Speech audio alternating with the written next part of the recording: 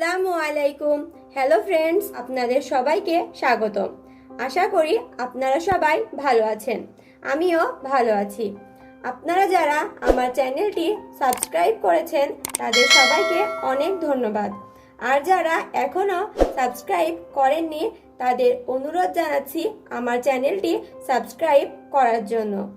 আজ আপনাদের জন্য নিয়ে এসেছি খুবই সুস্বাদু মজাদার একটি রেসিপিটা হলো ডিম কিমার মোগলাই পরোটা।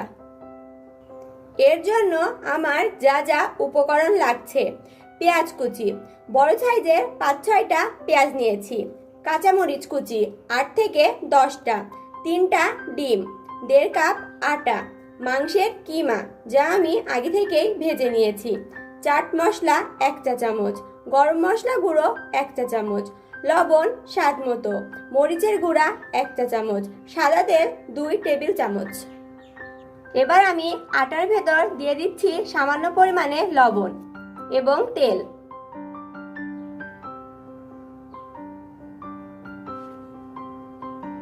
ঝুরঝুরে করে মাখিয়ে নেব।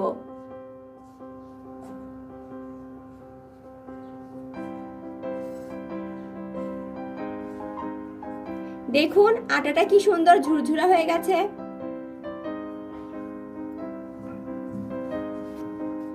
এবার হালকা গরম পানি দিয়ে আটাটা মাখিয়ে নেব।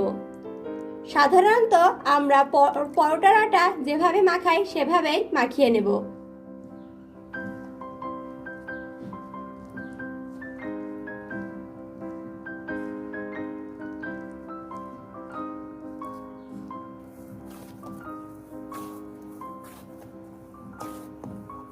আমার আটা মাখানো হয়ে গেছে। এবার সামান্য পরিমাণে তেল মাখিয়ে 10 মিনিটের জন্য ঢেকে রাখবো।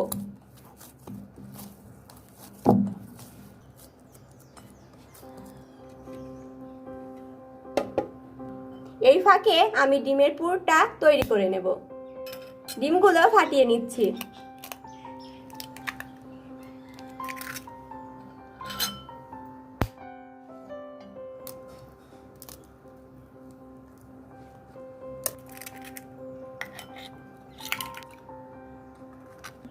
এর ভেতর সব উপকরণগুলো দিয়ে দিচ্ছি।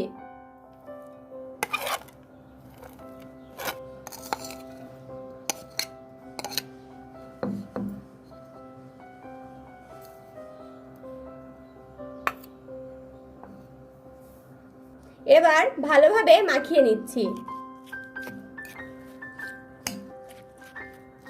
বেশি মাখানো যাবে না, কারণ পেঁয়াজ থেকে পানি বের হয়।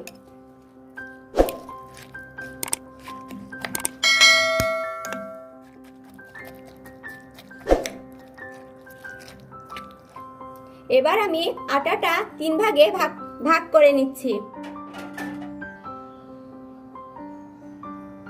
এবার আমি বড় গোল পাতলা করে বেলে নিচ্ছি।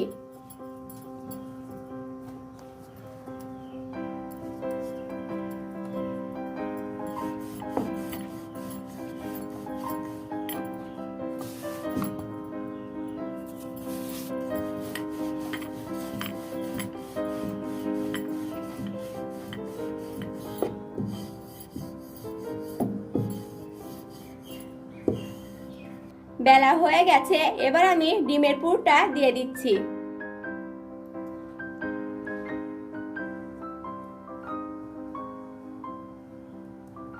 এবার আমি এভাবে 2 সাইড থেকে ভাঁজ করে দেব।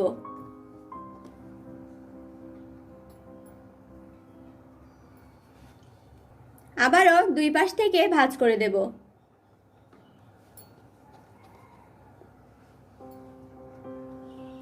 এবার আমি চারিদিক দিয়ে পানি দিয়ে দিচ্ছি যেন খুলে না যায়।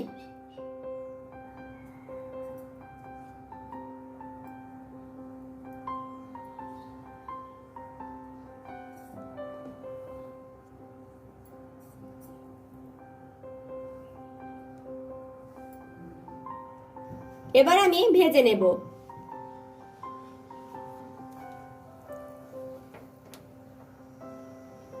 হালকা আঁচে ডুবো তেলে ভেজে নিতে হবে।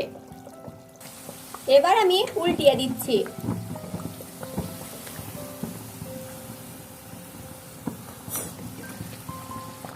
উল্টানোর সময় খুব সাবধানে উল্টাতে হবে। এই জন্য দুইটা খুন্তি ব্যবহার করতে হবে, নইলে তেল ছিটতে পারে। ভাজা হয়ে গেছে, এবার আমি তুলে নেব। ঠিক একইভাবে সবগুলো তৈরি করে ভেজে নেব।